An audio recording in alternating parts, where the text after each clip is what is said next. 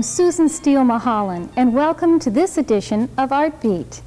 I'm standing in the warehouse of sculptor Phil Simkin, and we'll discuss his ideas of conceptual art. I know you're in for a treat. Right. I felt as if I were in the hold of a giant ship as I sat with Phil in the middle of his organized chaos. If I didn't find a way to do these things, they'd just all be nonsense in the middle of my head. Here we are in the interior of my mind. Help! This is a warehouse, you told me that. I didn't expect rain on the inside. Well, you're in the midst of the Industrial Revolution here, Yes. although it's not of my making. It was inherited. I acquired it as a place to both make art and to store the pieces that I made and to use it as the case may be, and that's where we're sitting now. Well, it is fascinating. In the midst of a rainstorm. I mean, you have to walk between the drips and the drops. Right. But Well, then, I think what you need to tell us right away what kind of is- artist am I? It's a little confusing, isn't Yeah. it? Right. Well, let's think of the fact that, first of all, I'm a sculptor. And then the idiosyncratic side of that is you have to prefix that with what kind of sculptor. So key operative words would be things such as conceptual, experiential, idiomatic, idiosyncratic.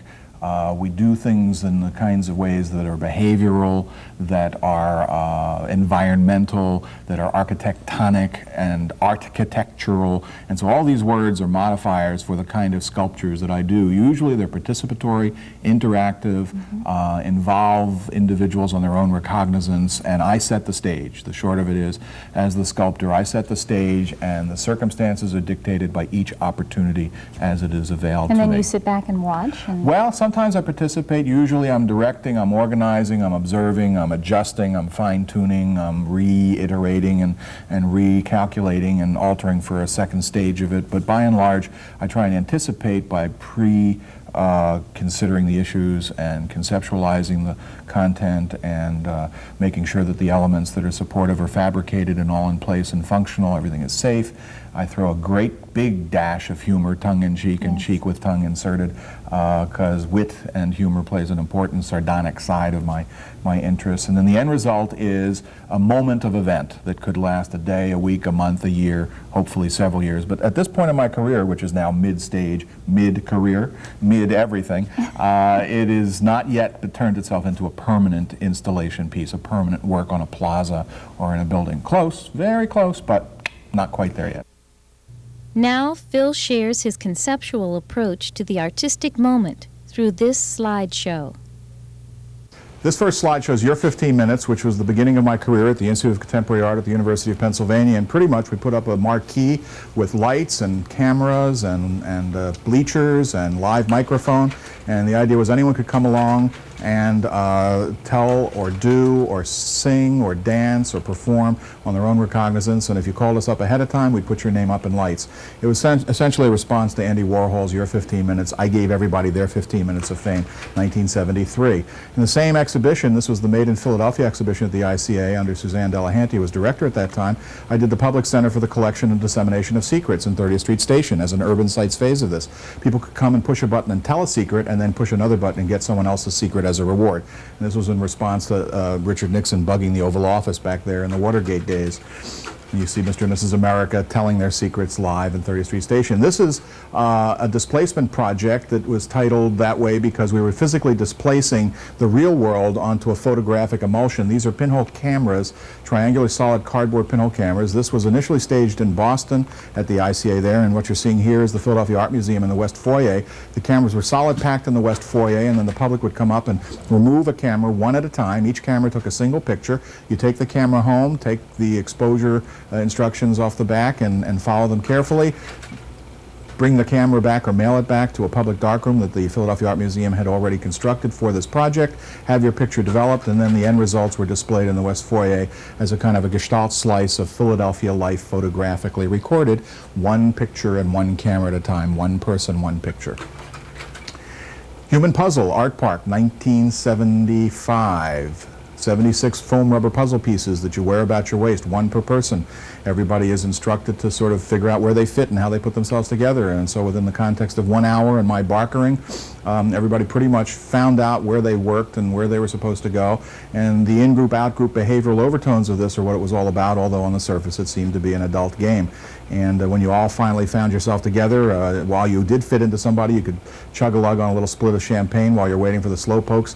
In-group, out-group, behavioral, sidewalk superintendents, folks who told other people what to do, would all get together, and then you finally had a circular disc that you could drop down to and relax and enjoy your wine. This was a maze called Choices Prototype 2, done initially at Art Park. Here you see it on JFK Plaza during a snowstorm. Essentially double-acting, double-swinging doors with words on all the doors of liberal and conservative word pairings, and the public would wander in to any one of 7 entrances on either end and zig and zag and zag and zig, making liberal and conservative choices, and they would exit from one of the 7 exits and have a button with which to designate how they exited, and anything they would have in common with anybody else, they might have the same button. Here you see the same piece during Thanksgiving Day Parade on JFK Plaza, and here you see the same piece in PS1's schoolyard in Long Island City, which is an experimental art gallery and laboratory. And folks are wandering through it, making decisions by the words. And here you see it, its inaugural situation in Art Park on the main promenade leading to the theater in Lewiston, New York.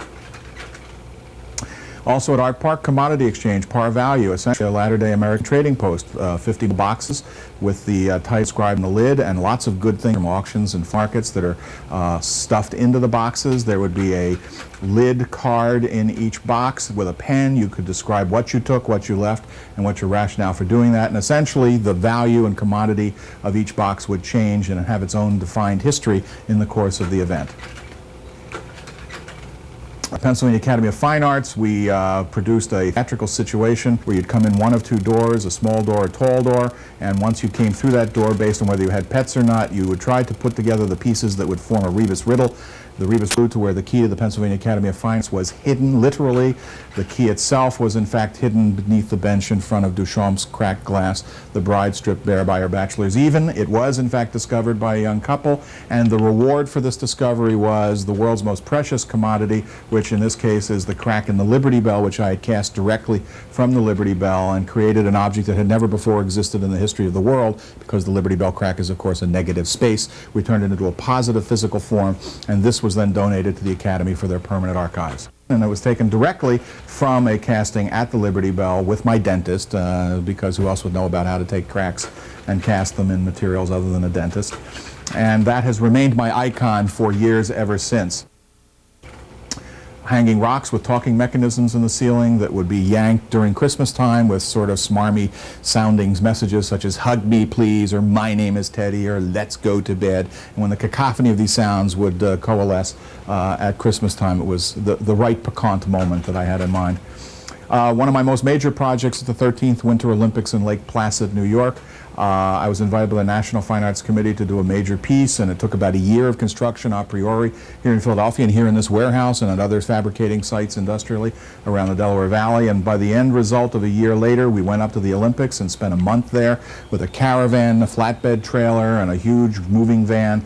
40-foot moving van and 2 motorhomes, and what we ended up with was 7 houses from small to big to small that sat on flexible flyer sleds, and each of those houses was in effect in a different stage of life, from Shippers As You Like It, from infancy to senility. And the public could wander out on frozen Mirror Lake, wander in and out of these houses at free will. There was no charge. They weren't even sure that it was necessarily art, and that was just fine. It was free. It was probably the only free event at the Winter Olympics in Lake Placid in 1980. And day and night activity. For example, in the main house, with the biggest one, which was the young soldier, as Shakespeare described it, we had 8 fully functional pinball machines, and the inscriptions were taken off graphically, just the numbers. So newsboys at 8 a.m. in the morning and diplomats at 8 a.m. in the evening, and athletes in the middle of the day could come and just play for the highest score, winning as the key issue. This would be the judicial bar, wisdom and justice. If you admitted your guilt, you got a little sip of Rianiti as your reward. And we would wander through Lake Placid in our gear. We were the Rosebud 2 self-propelled, 7 self-propelled earthly parodies team. That was the title of the project. In our little house hats, we would in fact acknowledged that that's where we lived, and we lived out at the Rosebud 2-7 house site. We went to the American versus Russia hockey game. We wandered around in our costumes, just as everyone else would do in their ski bunny outfits. And of course, here is a shot of the house heading home after a hard day on the old wintered lake. At night it glowed as a shining beacon. We were the only item on the frozen lake other than the award ceremonies, which you see in the background. And so the glowing warmth of the light on these stage sets attracted people to come out, wander through. Some people even slept in the houses overnight. They were not heated, of course, but they provided the appropriate pleasurable moment in the midst of the experience that the Olympics represented. Cable knitted news, another one of my major projects in San Francisco in 1984. Essentially, it was a parody on news media establishment. I created my own news mogul situation. We had a UPI wire service antenna and printout machine. I had news cars. I, in fact, had the entire environmental setup at the Cap Street project defined as a media enterprise. And so you'd come in and you would see the secretary who would introduce you and announce you to the newsroom. In the newsroom, you would be able to see the production of all of the news that was coming in daily on the UPI wire service machine. I, as the media mogul, would take this news right off the hot wire and through other sources. Knitting machine, we had an industrial electronic knitting machine and a British technician who operated it. I would pump the news into my own little Apple computer, which was then translated to the computer of the knitting machine by the technician, and essentially we knitted the news. So we knot the news and knit to fit, and rallying events bite by bit. We put out about 9 editions, essentially 1 per week for each of the 9 weeks that I was there.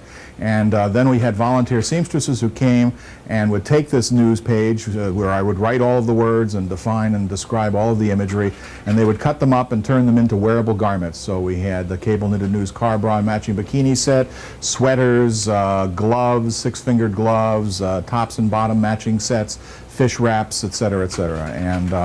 And then, of course, this is our cable knitted news display and model show of some of our key elements that we had produced in the course of the project.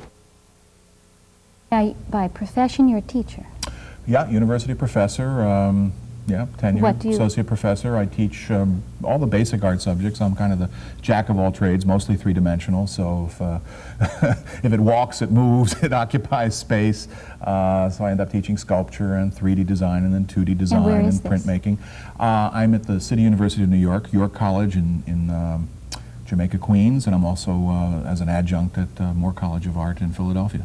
So between my full-time job in New York and I commute, I'm always on the move, I'm always on Amtrak. In fact, most of my thinking takes place in little sketchbooks that I carry in my side pocket, and the thing that makes me a conceptual sculptor is that I do carry around books with thoughts and ideas and notions and scribbles and drawings and telephone numbers and names of people, and this is where my thinking takes place. That this particular is a new thing you're working on. Well, the project I'm currently occupied on, and I'm very much project-oriented, meaning that I probably just sit around and watch television like everybody else, or eat a lot. I think a lot while I eat, as a matter of fact, which maybe might explain my girth and worth, but a good deal of what I do is conceptualize and think on a particular circumstance, and the circumstance in this instance was an invitation to be commissioned to do a piece in St. Louis next spring. And it has to do with their light rail system that will be coming in, a trolley system in effect. And so I spent a week out there, wined and dined and toured around and met all of the bureaucrats and engineers. And this was my thinking. I would put my notes down and I would write things and I would draw rail patterns and obviously silhouettes that are of importance and think about wheels and rolling and movement and transportation. Now what is the purpose that they are hiring you to come and do this? Well, to do an inaugural installation, site-specific, performance-oriented public artwork that would last anywhere from 6 months to a year. The trolley won't even be there by the time I get out there. So what will be there are various construction sites. The anticipatory set. That's right. It's the piece that would be in place that doesn't necessarily even have to speak about rail or trails of rolling this or that, but would in sense be inspired by that event because they would be my sponsors. And so I have to start thinking about things that make sense for St. Louis, what St. Louis is about as a city, what ideas do I wish to speak about at this moment in the 20th century, 10 years before the year 2000 and the millennium. I mean, this all is matched in together. And then I make an artwork, and I take a team out there to help fabricate things for me. I'll probably pre-construct items here in my warehouse in Philadelphia. In fact, one of the ideas that occurred to me is to take a whole rail caravan out there, and there's a railhead in St. Louis at Union Station. There's a rail Maybe we should rail everything out there and roll things off like the circuses come to town, set it up, and then you know, customize it while we're out there for a few weeks, and then we're in business for 6 months. And then I leave. I mean, I leave after 3 weeks, and it has to run on its own recognizance, whatever the it is. That's what makes me conceptual. His warehouse is indeed a wonderland of ideas, both past and present. There is an eerie quality of discovery as your eyes travel over its silence. Well, what you're seeing over there in my Sargasso Sea of career debris, those are the word forms that form I See Art Always at Liberty. We move a little bit to the left, and there's my Hitchcock line ruling machine from 1893. I just couldn't say no, and was at an auction. Why let it get torn up? Over there is a pallet of plywood I just got to build my ISM docks at Snug Harbor. There you see the parts of the art museum piece with vinyl siding and metal studs, the P. Mokus Museum. Here's the hot tub from Art Park, from the Pleasure Palace, Philston Pleasure Palace. Over here are the studs from the truss joists that made the base of the Olympic Rosebud 2 7 self-earthly parodies arc from the 1980 Winter Olympics. And you see lots of metal and components for other pieces in the past. And all of this is gathered here, waiting with sleds galore and cardboard and wood. And my choice is prototype maze over here with the doors, with the words on all the doors. All of this is waiting for those moments of opportunity in years to come to become perhaps a conceptual amusement park. But right now they're just sitting in dead storage, literally dead storage. So the kind of art I've generally focused on is to take issues of portent and seriousness and concern that relate to daily issues, worldly issues, international issues, or issues of the person, and translate those into a kind of a sandwich where it's sweet and tasty on the surface. It might seem to be fun, it might seem to be playful, it might seem to be amusing, and then if you bite down just a tad, a little bit deeper into the meat, a little chompier down into the center, you're going to find the core of the content, and that will usually have a message, a metaphor, a statement, something that will linger, will pop back maybe months or years later. Maybe when you go home and you think about what you just experienced. Go home or come home or end up being someplace years later. I mean, I've had people who've participated in my events who've come up to me years later and somehow they remember the climactic, dramatic moment, the denouement, the sudden epiphany that occurred. The aha. Aha, that's right, the eureka that would have occurred later on and did not make sense at the time necessarily. Yeah. Well, they knew they were having fun, and sure enough, the connection, the communication, the creative expression then is resolved.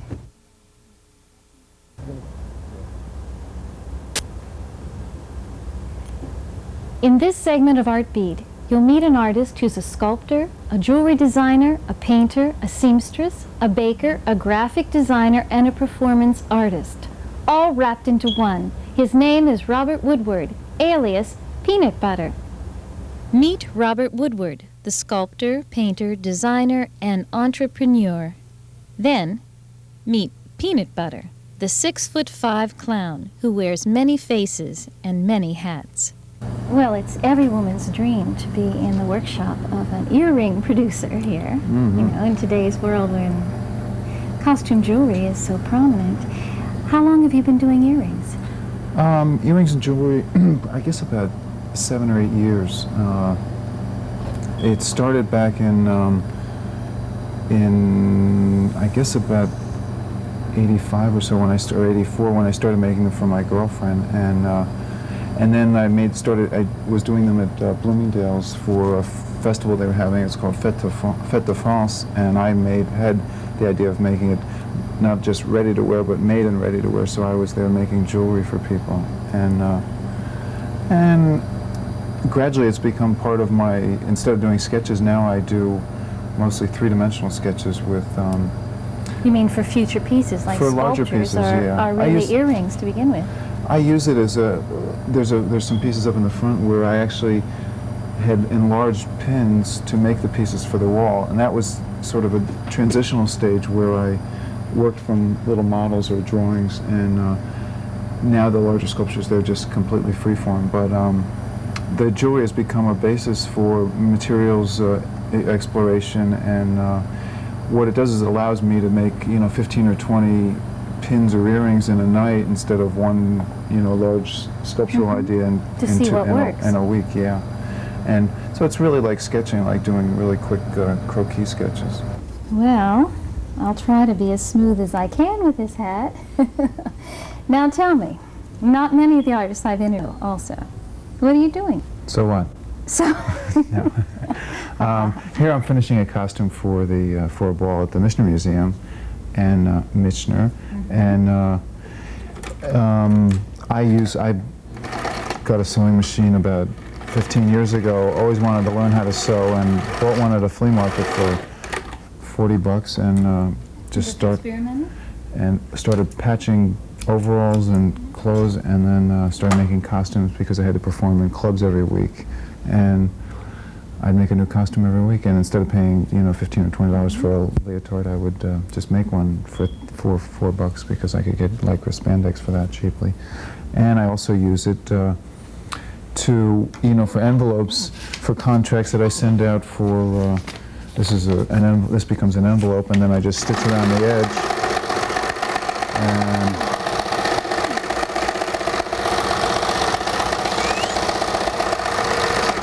no problem with the post office. I mean, They love it.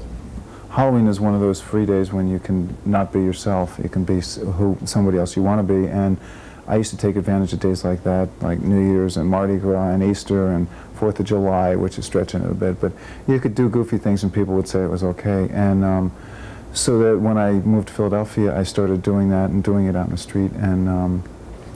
And eventually, it first of all, it paid the bills. I was working at 2 clubs a week at nightclubs and discos, and that eliminated me from having to work 1 or 2 days a week as a carpenter or I was refinishing houses, I mean that's the nice thing about it, is that I can make a living doing it. The side effects are that you make people happy. You're there. You're the head of the party. Your ego is fulfilled. You're doing work that is it's artistic. It certainly is, you know, better than hanging doors, and people say it's even better than that. It's, you know, I have a high criteria for what is art and what isn't art, but it's a fine that I've developed, and it's my own style, and nobody else across the country does it, and I've been able to transfer it to a bunch of people that work for me, and they get a big thrill out of it. A lot of them are artists. In fact, almost all of them are artists, and they either supplement their income or they make a living from doing it. And so. well, we have to try another hat on.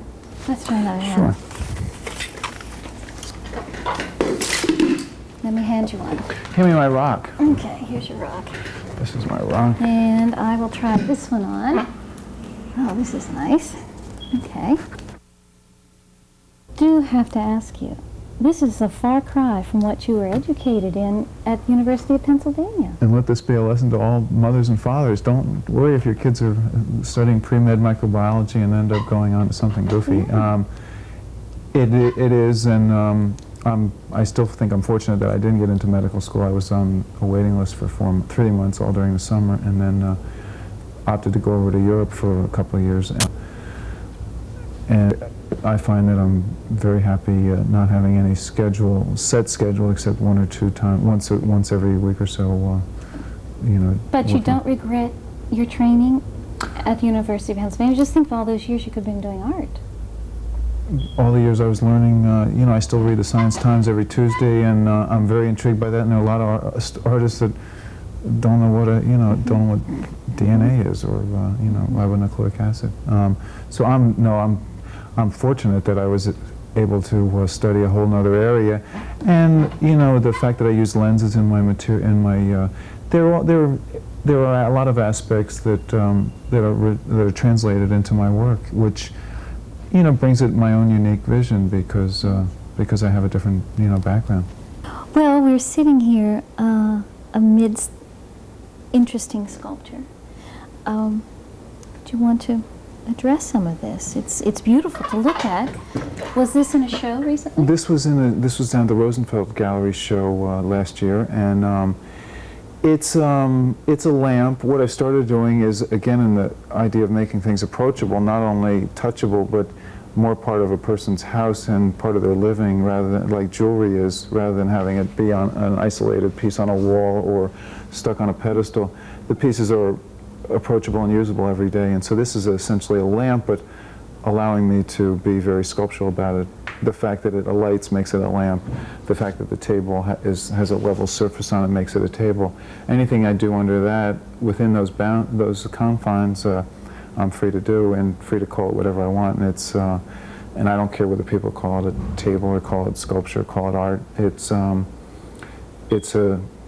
some kind of an expression that functions as a table or a lamp. This is a screen, a room divider, which I've been working on, and it's just about finished. And my idea was to have something that is light and movable around, yet looks like it's made of stone, which it sort of is. It's actually a paper mache plaster acrylic conglomerate that's sprayed on to make it look like granite, and it's very light. Two people can lift it very easily. What was the idea of the lenses? What I'm trying to do, the other side is that you probably be able to see is a sheer burlap. This was a burlap, and what the important, for me, a room divider needs to separate a room, but actually allow people to figure that there's something else on the other side, whether it's a mess that people are hiding clothes, or that there's something else. And I want to tease them. A lot of my work involves participation by the viewer, and them to touch, but also especially to visually participate. And so the lenses, this diaphanous look here, which there'll be a piece of glass that goes over it, it tempts them to look through. They can sort of see through, but not quite. And these lenses here will allow them to see through, but sort of, and everything will be distorted on the other side. They'll also be able to see close because it's a magnifying lens texture of the other side of the screen. So what are you going to add now? What had you in mind? Well, there'll be a couple pieces of glass. There'll be another. This has about 3 or 4 modular units that can fold into each other so that it takes up little space, but it can also be extended to divide a room. And then, so we'll add on a couple other portions, and then some pieces of glass which are strictly add a decorative aspect, but also again confuse the viewer because they have to look through glass and then look through a screen. The movement, color, and uplifting spirit of Robert's geometric paintings is carried over to his clothing decorations, the bags he designs, the hats, his jewelry, and the faces he decorates. Robert's artistry even extends to his bread making. He likes to experiment with combinations of flavors. We enjoyed his Mexican cilantro bread. Perhaps this comment has more to do with Robert than his sculpture.